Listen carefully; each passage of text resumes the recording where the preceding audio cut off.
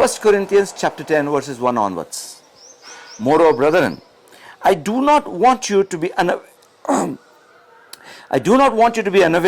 that all our fathers were under the cloud, all passed through the sea, all were baptized into Moses in the cloud and in the sea, all ate the same spiritual food, and all drank the same spiritual drink.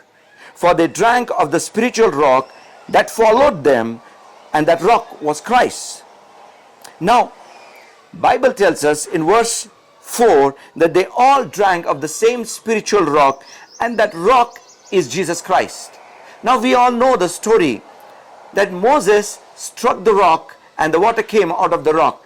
Second time, God told Moses, speak to the rock. But instead of speaking to the rock, he struck the rock. God was not happy with that. He told Moses, because of this, you're not going to enter into the promised land. Because by doing that, he was signifying that Jesus would die again. But I want you to notice one more thing over here. What came out of Jesus was the water. In the book of John chapter 7, verse 37 onwards, if you see that Jesus, he cried to the people and say, anyone who is thirsty, come to me and drink. For whoever drinks of what I give, out of his belly shall flow the rivers of the living waters. And then he says what he was talking about was the Holy Spirit that he was about to give. Now, the point I want you to notice is Jesus, the rock, brought to us water that is the Holy Spirit.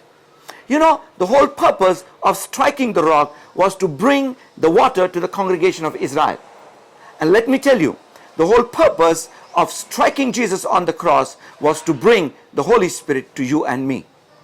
You see, many times we limit the purpose of cross to salvation, or to the forgiveness of sin, or to going to heaven, or healing, or breaking of curses, or deliverance, and all those things. True, no doubt about it. But let me tell you, the ultimate purpose was to bring the Holy Spirit to you. Because Holy Spirit, in other words, is God without limits. Jesus is God, Jesus Christ. You know, but remember one thing, he was limited in the body. But once that body was broken, what was released was the Spirit of God, which would be a blessing to the whole world.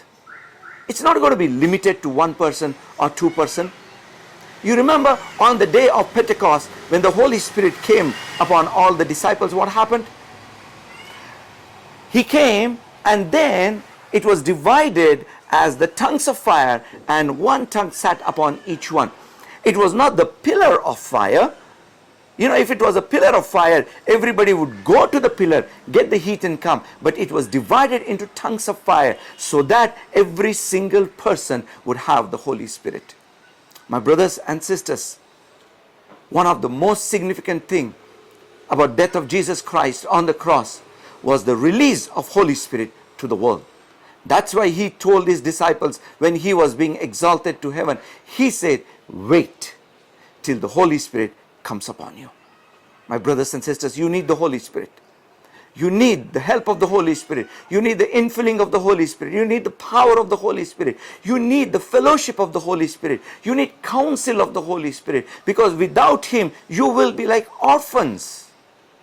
Without the Holy Spirit, you will be without proper counsel and without proper help. Holy Spirit is given to us as an official divine helper, counselor, who will lead us to all the truth in the ways of Jesus Christ, to fulfillment of your purpose in God, to fulfillment of your destiny. Holy Spirit alone is the person who can help you. And Jesus died for that purpose. I want you to look to God.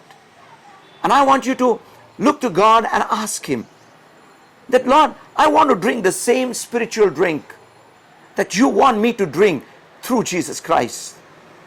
And I'll tell you, he will fill you, he will give you, and you will be a different person. God bless you.